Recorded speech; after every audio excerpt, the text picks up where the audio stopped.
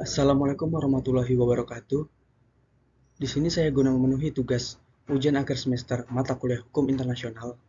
Saya akan membahas atau menjelaskan sebuah artikel yang saya angkat. Sebelumnya, perkenalkan, nama saya Agil Taufika Sifa dengan NIM 103222119, Prodi Hukum Tata Negara kelas D. Di sini saya mengangkat judul artikel yang bertema sengketa internasional dan penyelesaian, sebuah studi kasus konflik Laut Cina Selatan, yang akan membahas 4 topik pembahasan, yaitu pendahuluan terlebih dahulu, pembahasan, tujuan, lalu diakhiri dengan kesimpulan. Baik, kita awali dengan pendahuluan.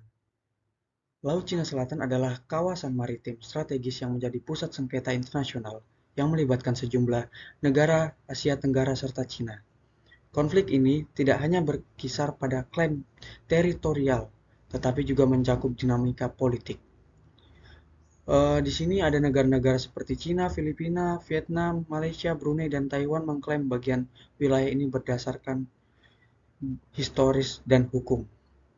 Lanjut, masuk ke topik pembahasan yang dimana saya telah merangkum 3 poin-poin pentingnya, yaitu pertama ada latar belakang dan sejarah Laut Cina Selatan, kedua dinamika politik dan geopolitik, serta yang ketiga upaya penyelesaian sengketanya. Di sini latar belakang dan sejarah Laut Cina Selatan ialah dari latar belakang geografisnya terlebih dahulu. Laut Cina Selatan itu meliputi sekitar 3,5 juta kilometer persegi, berbatasan dengan Cina, Taiwan, Filipina, Malaysia, Brunei, Indonesia, dan Vietnam. Ini adalah jalur penting bagi perdagangan nasional dan internasional dengan sekitar 1/3 dari pelayaran global melintasinya.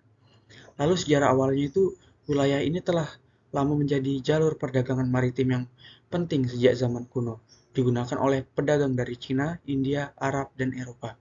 Banyak kerajaan dan negara-negara kuno telah mengklaim sebagian besar dari perairan ini. Lalu dinamika politik dan geopolitik. Di sini dinamika politik dan geopolitik di Laut Cina Selatan itu sangatlah kompleks dan melibatkan banyak aktor regional dan global. Di sini saya telah merangkum beberapa aspek utamanya. Yang pertama itu klaim teritorial, kedua militerisasi dan ketegangan, lalu yang ketiga peran Amerika Serikat, lalu yang keempat ada ASEAN dan diplomasi multilateral, yang kelima ekonomi dan sumber daya alam, lalu yang keenam hukum internasional, ketujuh geopolitik global. Lalu secara keseluruhan, Laut Cina Selatan itu adalah titik fokus dari berbagai kepentingan politik dan strategis yang berpotensi, namun juga menjadi arena untuk diplomasi dan upaya penyelesaian sengketa. Lanjut ke upaya penyelesaian sengketa. Di sini upaya penyelesaian sengketa Laut Cina Selatan melibatkan berbagai pendekatan diplomatik, hukum, dan militer. Beberapa langkah utama yang telah saya ambil itu antara lain ialah diplomasi multilateral, hukum internasional, kooperasi regional dan internasional, dialog bilateral, lalu yang terakhir yaitu ada penguatan militer. Dari kombinasi pendekatan-pendekatan ini mencerminkan kompleksitas dan sensitivitas sengketa Laut Cina Selatan yang melibatkan kepentingan ekonomi strategis dan politik yang signifikan bagi banyak pihak. Lalu tujuan. Seperti yang telah saya bahas tadi, tujuannya berada pada topik pembahasan tadi, yang dimana sengketa Laut Cina Selatan melibatkan beberapa negara yang mengklaim tumpang tindih atas wilayah tersebut yang kaya akan sumber daya alam dan memiliki nilai strategis yang signifikan. Eh, kita akan mengidentifikasi seperti tadi yang kita bahas tadi topik pembahasannya. Lanjut ke kesimpulan, di mana Laut Cina Selatan adalah konflik wilayah yang melibatkan sejumlah negara di kawasan Asia Tenggara, terutama Tiongkok, Filipina, Vietnam, Malaysia, dan Brunei. Sengketa ini berkaitan dengan klaim atas pulau-pulau, terumbu karang, dan wilayah perairan yang kaya sumber daya alam di Laut Cina Selatan. Jadi sumber daya alamnya itu direbutkan oleh negara-negara tersebut.